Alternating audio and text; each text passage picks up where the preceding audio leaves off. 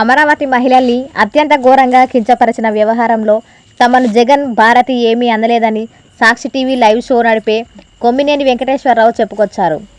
ఆదివారం ఉదయం కూడా ఆయన షోలోకి వచ్చారు. తన వ్యాఖ్యలపై వివరణ ఇచ్చారు. సాక్షి టీవీ మహిళలకు అత్యున్నత గౌరవం ఇస్తుందని సెల్ఫ్ రెస్పెక్ట్ ఇచ్చుకున్నారు. తమ యాజమాన్యం కూడా అలాంటి విలువలు పాటిస్తుందన్నారు.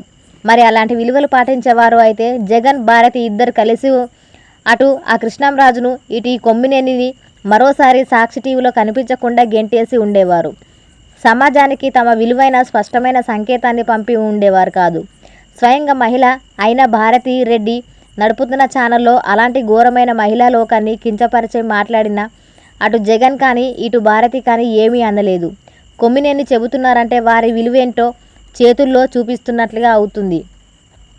జర్నలిస్టు పేరుతో వారు చేస్తున్నదేమిటో కానీ అటు కొమ్మినేనితో పాటు ఇటు సాక్షి మీడియా జర్నలిస్టు కృష్ణంరాజు పైన చట్టపరమైన చర్యలు తీసుకునేందుకు ప్రభుత్వం సిద్ధమవుతుంది.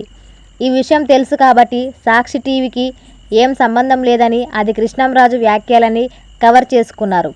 కానీ చట్టం ప్రకారం ఎవరి బాధ్యత ఎంత ఉందో, ఎవరు అమరావతి మహిళల్ని కించపరిచారో వారి లెక్కలు చట్టపరంగానే సరిచేసే అవకాశాలు మాత్రం ఖచ్చితంగా కనిపిస్తున్నాయి.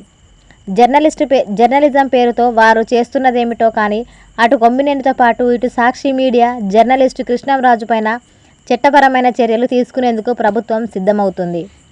ఈ విషయం తెలుసు కాబట్టే సాక్షి టీవీకి ఏం సంబంధం లేదని కృష్ణంరాజు వ్యాఖ్యలని కవర్ చేసుకున్నారు. కానీ చట్ట ప్రకారం వారి బాధ్యత ఎలా ఉందో